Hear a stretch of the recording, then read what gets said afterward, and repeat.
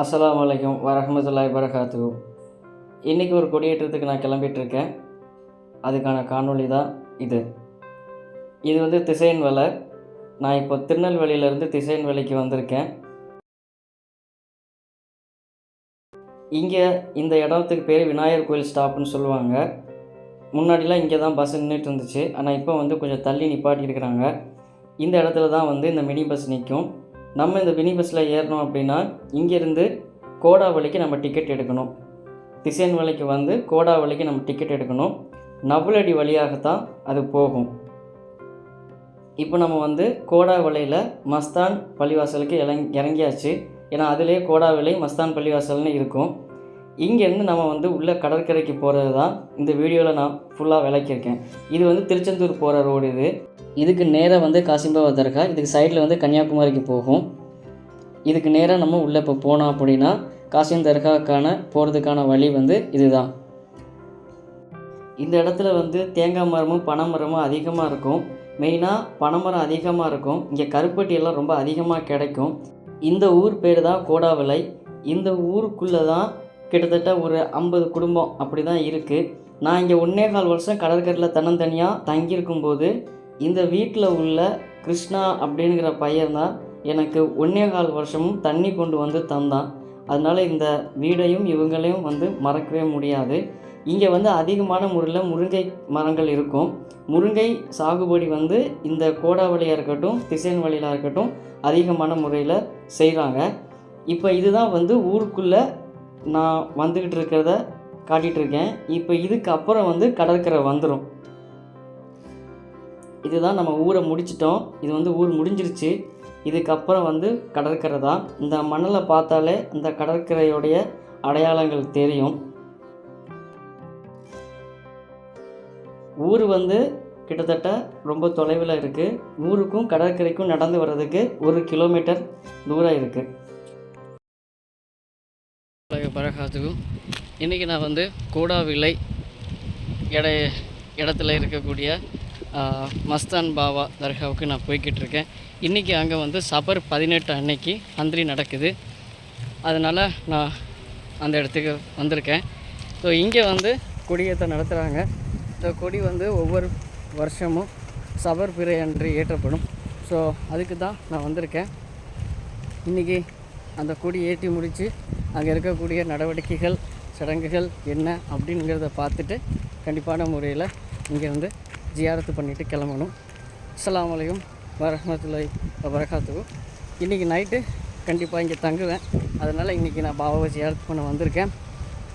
நைட்டில் யாருமே இங்கே தங்க முடியாது. 1.25 வருஷம் நான் தங்கியிருக்கேன். இப்போ இங்கே எல்லோரும் நைட்டு இன்றைக்கி ஹந்திரி நல்லா தங்குவாங்க. அதனால் அவங்களோட சேர்ந்து இன்றைக்கி நானும் தங்கிட்டு காலையில் கிளம்பி போகணும்.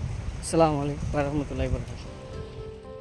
வீடியோவை ஸ்கிப் பண்ணாமல் பாருங்கள். அப்போ தான் கொடியேற்றம் முடிஞ்சு சந்தனம் பூசுகிற வரைக்கும் இருக்கிற நிகழ்ச்சிகள் என்னென்னுங்கிறது தெளிவான முறையில் தெரியும். அதனால் வீடியோவை ஸ்கிப் பண்ணாமல் பாருங்கள்.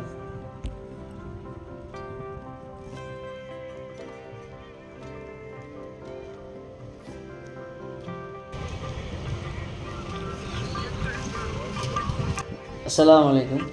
இப்போ பாபாவுடைய இடத்துக்கு வந்தாச்சு. காசிம் மஸ்தான் தர்கா அந்த இடத்துக்கு வந்தாச்சு. இங்கே 1.25 வருஷம் நான் தங்கியிருக்கும்போது இங்கே யாருமே கிடையாது. நான் மட்டும்தான் தங்கியிருந்தேன். ஆனால் இன்றைக்கி இத்தனை பேர் கூடியிருக்காங்க. காரணம் இன்றைக்கி வந்து ஹந்திரின்றதுனால இத்தனை பேர் வந்திருக்காங்க. இத்தனை மக்களும் வந்து பாபாவுடைய கொடியேற்றத்தை பார்க்க, காசிம் மஸ்தான் பாபாவுடைய கொடியேற்றத்தை பார்க்குறதுக்காக வந்திருக்காங்க.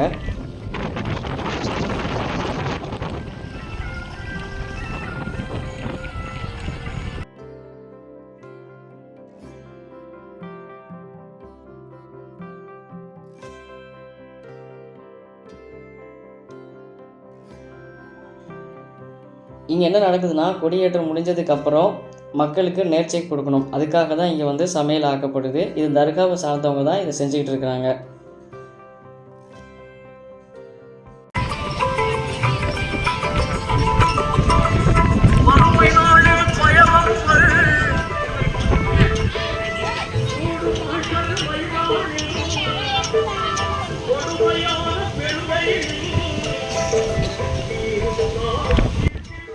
இதில் தான் கொடியேற போகுது. இதுதான் கொடி ஏற்றுறதுக்கான கம்பி. இதை கொடிமரம் தான் சொல்லுவாங்க. எல்லாமே பார்த்தாச்சு. இப்போ தர்காவுக்கு பக்கத்தில் இருக்கிற கடலுக்கு வந்தாச்சு. பாபாவுடைய உண்மையான கபர் வந்து கடலுக்குள்ளே தான் இருக்குது. இந்த கடல் வந்து ரொம்ப சுத்தமானது. ஏன் அப்படி சொல்கிறேன் அப்படின்னா, தர்காவுக்கு வர்றவங்க தான் கடலில் இறங்கி குளிக்கிறதும் விளையாடுறதும். அதையும் தாண்டி அதிகமான மக்களுடைய போக்குவரத்து இல்லாததுனால கடல் வந்து எப்போவுமே வந்து பிளாஸ்டிக்கு அந்த மாதிரி பாக்ஸு அப்படி இப்படின்னு மக்கள் வந்து தூக்கி எறியறது கிடையாது. அதனால் கடல் வந்து ரொம்ப அசுத்தமாகிறது கிடையாது. அதனால் இது வந்து ரொம்ப அழகான முறையில் மக்கள் வந்து இங்கே வந்து பார்த்து ஜியாரத்து பண்ணிட்டு போகிறதுக்கான அழகிய கடல் தான் இது.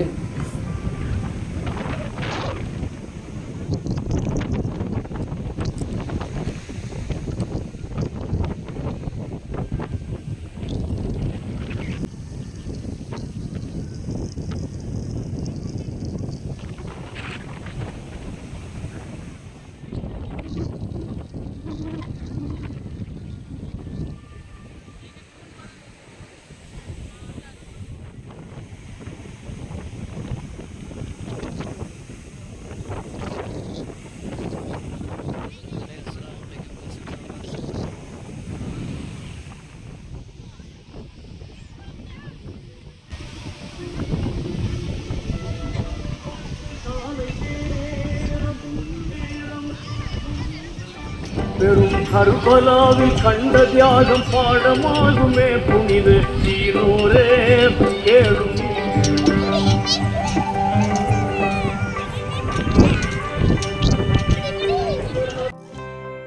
பாபாவுடைய உண்மையான சமாதி எங்கே இருக்குது அப்படின்னா கடலுக்குள்ளே தான் இருக்குது.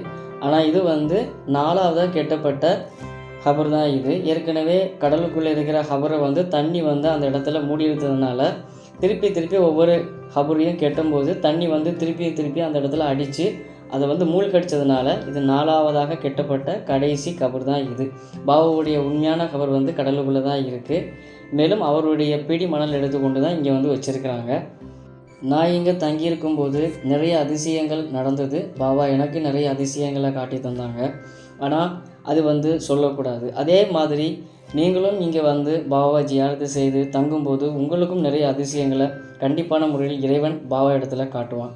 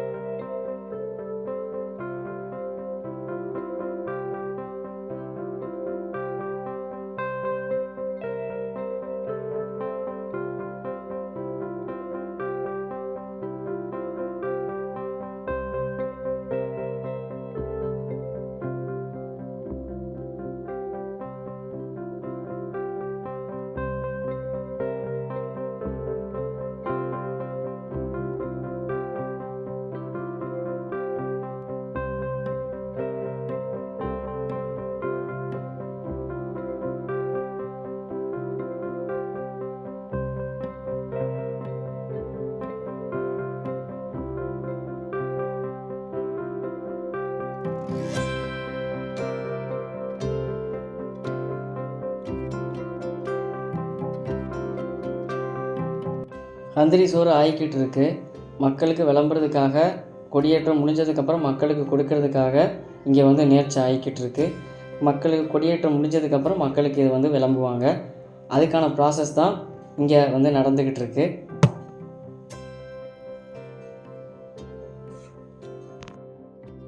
இப்போ எல்லோரும் இந்த இடத்துல வந்து கொடியை வச்சு ஃபாத்திகா ஓதிட்டு இங்கேருந்து கொடியை கொண்டு போயிட்டு மேலே கொடி ஏற்ற போகிறாங்க.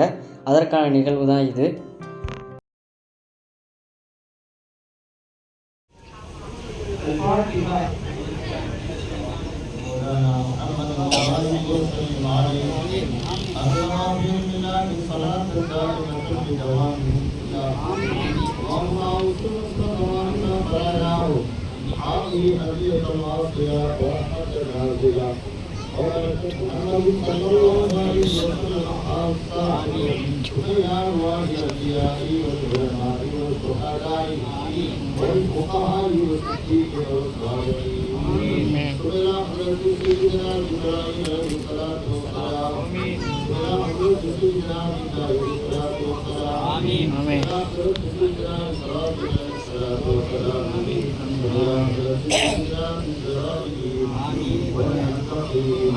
آمين آمين آمين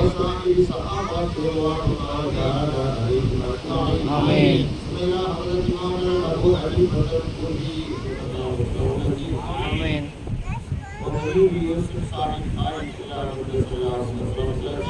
آمين آمين يا كتب الأكتام يا محي الدين يا سيدي يا محتوم عبد القادر جيلاني يا سيحنا يا كتب الأكتام يا محي الدين يا سيدي يا محتوم عبد القادر جيلاني يا سيحنا يا كتب الأكتام يا محي الدين يا سيدي يا محتوم عبد القادر جيلاني صلى الله على محمد صلى الله عليه وسلم صلى الله على محمد صلى الله عليه وسلم صلى الله على محمد شرفي صلى عليه وسلم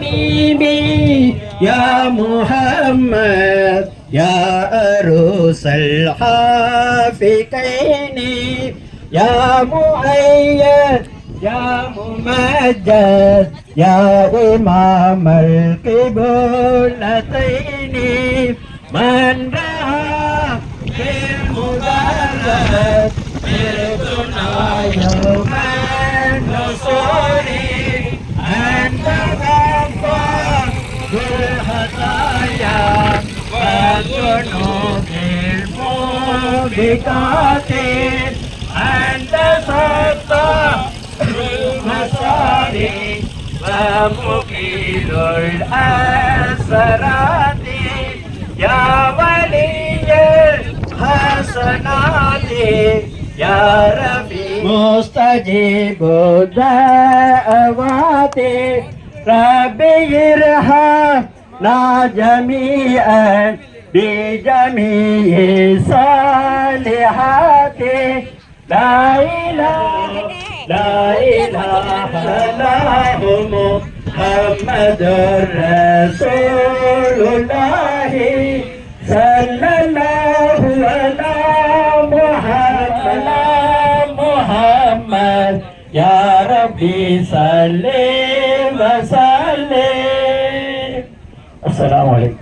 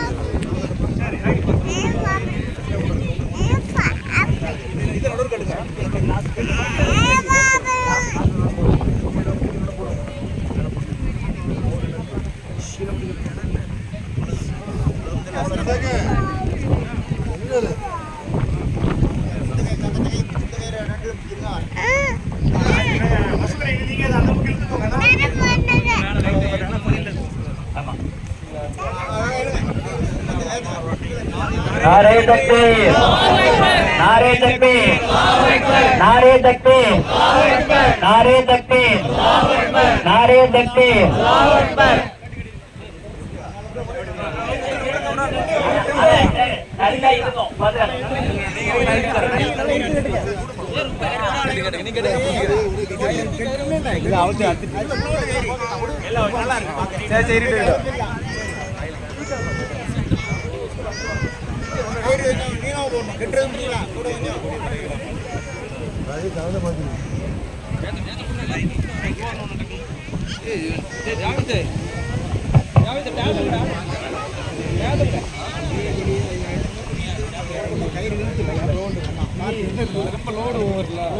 إلهي إلهنا إلى حضرة النبي.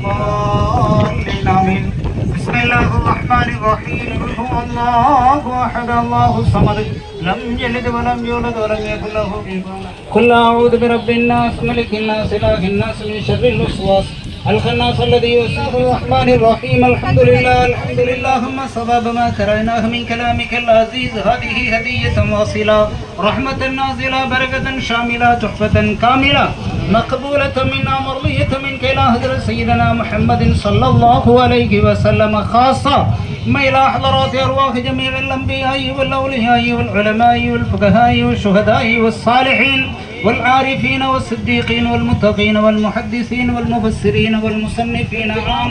اللهم انفعنا من فيوضاتهم وامددنا بمددهم ونبر قلوبنا بأنبارهم وأسرارهم وببركاتهم يا رب العالمين. خصوصا منهم إلى حضرة شيخنا خصوصا منهم إلى حضرة شيخنا قاسم مستان ولي الله رضي الله تعالى عنه. اللهم تمم نياتنا وقض حاجاتنا وادفع بلياتنا وامح سيئاتنا ببركة شيخنا قاسم مستان ولي الله رضي الله تعالى عنه. اللهم يسر أمورنا أمور قضيتها ولا مريضا إلا شفيته ولا حاجة هي لك رضا إلا قضيتها ويسرتها يا رب العالمين. اللهم طول أعمارنا وصحح أجسادنا ونور قلوبنا ووسع أرزاقنا وإلى الخير قربنا وعن الشر أبعدنا وقل حوائجنا يا قاضي الحاجات بحرمة شيخنا قاسم مستان ولي الله رضي الله تعالى عنه. اللهم ربنا آتنا في الدنيا حسنة وفي الآخرة حسنة وقنا عذاب النار. ربنا رب ارحم والدينا رب ارحمهما كما ربياني صغيرا. صلى الله وسلم على حبيبك سيدنا محمد وآله وأصحابه أجمعين وسلم عليهم تسليما كثيرا كثيرا.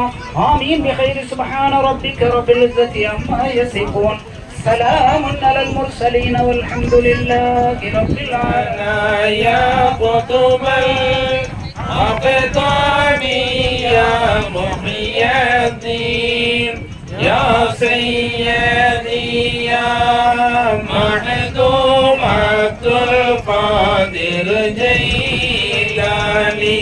صلى الله على محمد صلى الله عليه وسلم صلى الله على محمد صلى الله عليه وسلم صلى الله على محمد يا رب صل عليه وسلم وعلى آله وصحبه أجمعين وارحمنا معهم برحمتك يا أرحم الراحمين والحمد لله رب العالمين. அஸ்ஸலாமு அலைக்கும் வரஹ்மத்துல்லாஹி வபரகாத்துஹு. இந்நிகழ்ச்சிக்கு சிறப்பாக இங்கு வருகை புரிந்திருக்கக்கூடிய உவரி காவல் நிலையத்தினுடைய அதிகாரிகள் அனைவர்களையும் விழா குழுவின் சார்பாக அன்போடு வரவேற்கின்றோம். அஸ்ஸலாமு அலைக்கும் வரஹ்மத்துல்லாஹி வபரகாத்துஹு. இப்போது இங்கே வந்து பாபாவுடைய ஹபரில் சந்தனம் தேய்க்க போகிறாங்க. முதல்ல போர்வை எல்லாத்தையும் எடுத்துட்டு அதுக்கப்புறம் பாபாவுடைய இதில் வந்து சந்தனம் தேய்க்க போகிறாங்க. அந்த நிகழ்வு தான் இப்போ இங்கே நடக்க போகுது. ஒவ்வொரு வருடமும் சபர் பிறை அன்று தான் இங்கே கொடியேற்றம் நடக்கும். இந்த வாட்டி கொஞ்சம் முன்னாடியே நடக்க வேண்டியது சில பல காரணங்கள்னால சபர் 18 அன்று கொடியேற்றம் நடக்கு. ஆனால் சபர் 18க்கு முன்னாடி தான் இங்கே கொடியேற்றம் நடக்கும். சபர் 14, 15 இந்த பிறையில் தான் நடக்கும். ஆனால் சில பல காரணங்கள்னால சபர் 18 இப்போ இங்கே கொடியேற்றம் நடக்கு. கொடியேற்றத்தோட இறுதி நிகழ்ச்சியாக பாபாவுடைய கபரில் இப்போ சந்தனம் பூசப்படுது. இந்த சந்தனம் பூசுறதோட கொடியேற்ற நிகழ்ச்சி வந்து முடிஞ்சிருது. அதுக்கப்புறம் இங்கே தங்கக்கூடிய மக்கள் தங்கி இருந்துட்டு அதுக்கப்புறம் காலையில் இங்கேருந்து கிளம்புவாங்க.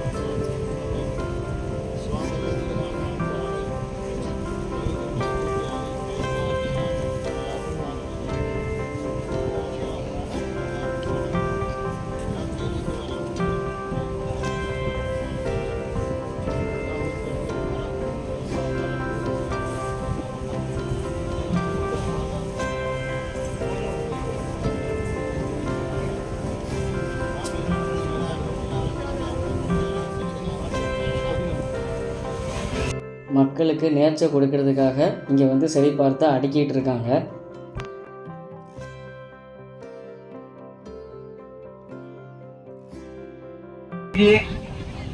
ரெண்டு பார்சல் வாங்காதீங்க, ஒன்னு வாங்கிட்டு அப்புறம் இருந்தாலும் பின்னாடி வாங்கிக்காங்க. தயவு செஞ்சு ஏங்காத ஆட்கள் வந்து கேட்டு வாங்கிக்காங்க. வேங்காத ஆள் யாரும் இருந்தாலும் கேட்டு வாங்கிடுங்க.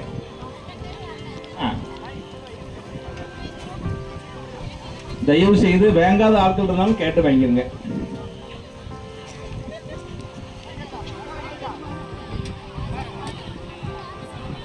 அந்த சைடுல அந்த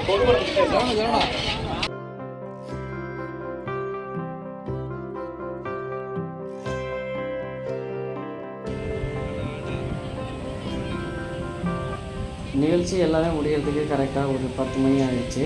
10 மணிக்கு முடிஞ்சதுக்கப்புறம் இங்கே இருக்கணும்னு நினச்சவங்க இருக்கிறாங்க, கிளம்பணும்னு நினச்சவங்க கிளம்பிட்டாங்க. இப்போது கொஞ்சம் பேர் இப்போ இங்கே தங்கியிருக்காங்க.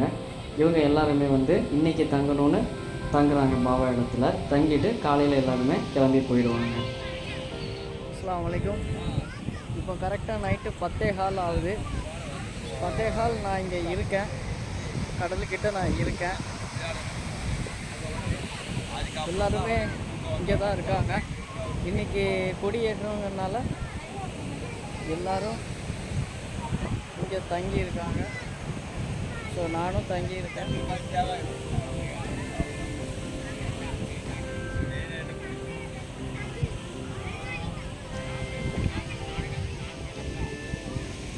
இந்த மாதிரி ஒரு அழகான கடற்கரையில் நைட்டு தங்குறதுங்கிறது வந்து சாதாரண விஷயம் கிடையாது. அப்படி நமக்கு ஒரு வாய்ப்பு கிடைக்குதுன்னா அதை கண்டிப்பாக பயன்படுத்திக்கணும். இங்கே வந்து தங்குறவங்க எல்லாருமே நியத்து பண்ணி தங்குறவங்க மட்டும் இல்லாமல் பாபாவை பார்க்கணும், அவங்க இடத்துல தங்கணுங்கிற ஆர்வத்தோடு இங்கே தங்குறாங்க. இதே மாதிரி அடுத்த ஒரு கொடியேற்ற நிகழ்ச்சியிலையும் நான் உங்களை சந்திக்கிறேன். அஸ்ஸலாமு அலைக்கும் வரஹ்மத்துல்லாஹி வபரகாத்துஹு.